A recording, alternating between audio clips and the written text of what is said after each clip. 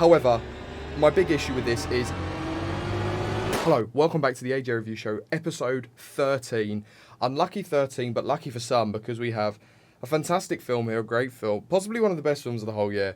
No, that's hyping up a bit too much. Of course, the film I'm talking about is the new How to Train Your Dragon live action. Obviously, I think everyone kind of knew what we were going to expect and what to expect with this film, what was going to happen. It is just the live iteration of the film that has been viewed thousands, millions of times, I would imagine, put on ITV6 every weekend.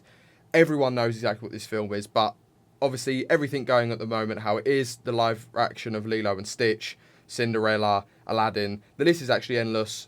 This is the latest in the line, and of what I've seen, actually, it is the best. So, 2 hours and 5 minutes long. It's got the same director that directed all of the other How to Train Your Dragon films, so it's Dean DeBois. And the weird thing is, he also directed the original Lilo and Stitch film and the live action. So he has just got, somehow, he has cornered the market on live action and the original cut of films. I don't know how he's done it, but fair play. He's obviously doing a very good job of it, considering he's had 2 films come out in the last 4 weeks of each other, both live action, and both are probably going to earn him and the companies Disney and DreamWorks a lot of money. So Mason Thames is Hiccup in this film. You'll know him from Black Phone. Nico Parker plays Astrid, and she's in The Last of Us. Then you've got Gerald Butler, you'll know from Den of Thieves, and he also voices Stoic in the original animated films. Julian Dennison, Y2K, and Deadpool 2. Nick Frost, Hot Fuzz. You're off the fucking chain! Also, really, really coolly, Peter Serafinowicz, really funny comedian, and did the Peter Serafinowicz show, but he was also in Shaun of the Dead with Nick Frost.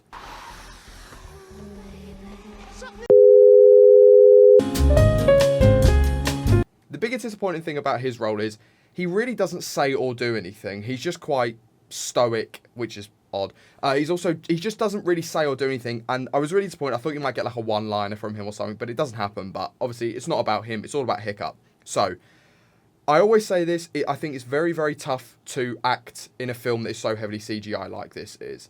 There is a lot of set building in this, which is impressive, but most of it is just green screens, green boxes, things like that. So it's a very difficult job for any actor to perform well in this. But top 3 guys in this, Gerald Butler, Nick Frost, and Mason Thames, all did a really, really good job. Mason does a great job of actually making you feel like there are dragons and that everything's going on. Gerald Butler, I can only imagine the fans were so happy when he got cast in this film. His size, his presence, his deep, gruff voice, he just is the perfect cast for this, and he does a great job of being the chief, both in the animated and in this film. And Nick Frost is just always good in everything. I really, really like Nick Frost. He's light-hearted, and he's sort of Hiccup's support throughout the film. He's there for him. He's kind of like a second dad, and he provides sort of a bit more of a light-hearted and heart to the film. They also do a really good job with the CGI on his leg and his arm. I really liked everything he did with his arm. It's sort of a few comedy bits there as well. So Nick Frost, really good. As I already said, Mace does a really good job. For such a widely loved character with such an iconic voice, he does a good job with the voice, of the sort of physicality of being quite wimpy in it and then evolving as the film goes on. I really liked him. Unfortunately, Nico Parker casted Astrid. I just didn't particularly like. I felt she struggled a lot more with the green screen and the stuff like that, and scenes where there was dragon riding, I just felt it didn't feel as realistic with her. I think she could have just loosened up with it a little bit more, and she just didn't shine particularly in the role. As I've already said, it's the exact same as the original film. There's a few scenes that are missing, but I really don't think anyone's going to particularly miss them. A few like little jokes and things like that, but it's nothing major. It is an exact replica of the first film.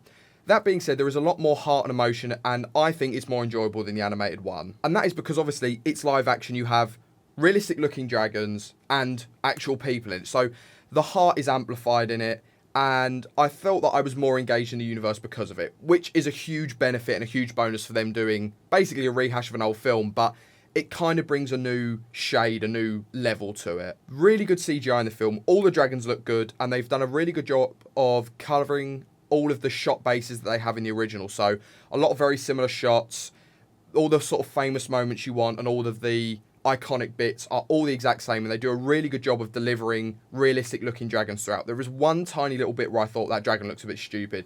The rest of it, really good. They deliver on all the big scenes, and you can see where this has gone to, but the pre-production cost before the film had even started being made was 50 million.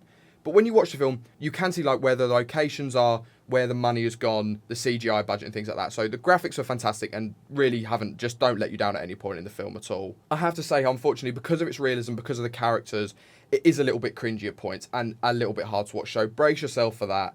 Obviously, in a children's film that's been adapted now into live action, you are going to get hard moments to watch. It'd be like watching a live action Shrek. It doesn't run as well as it does in an animated film, and there are some really weird, awkward pauses and cuts between characters that are just cringy.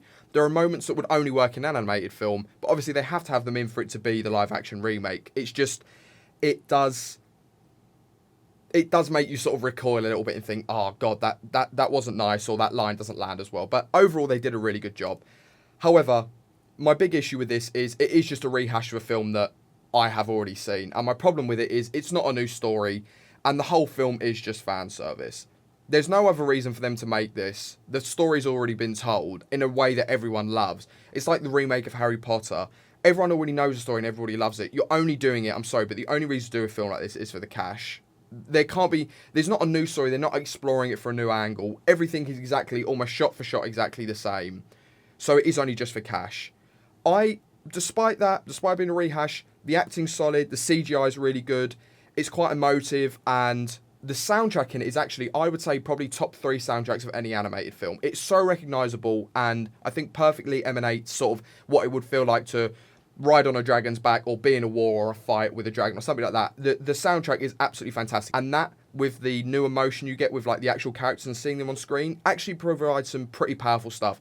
I really enjoyed the film. It's a shame that it's a rehash, but the fans are going to love it. It tells the same story. It is in a kind of new way. Like I said, there's a couple of new elements in there, but it's nothing that changes the premise of the film in its entirety. I'm sure people are going to enjoy it. I enjoyed it. And that's How to Train Your Dragon, the live action remake.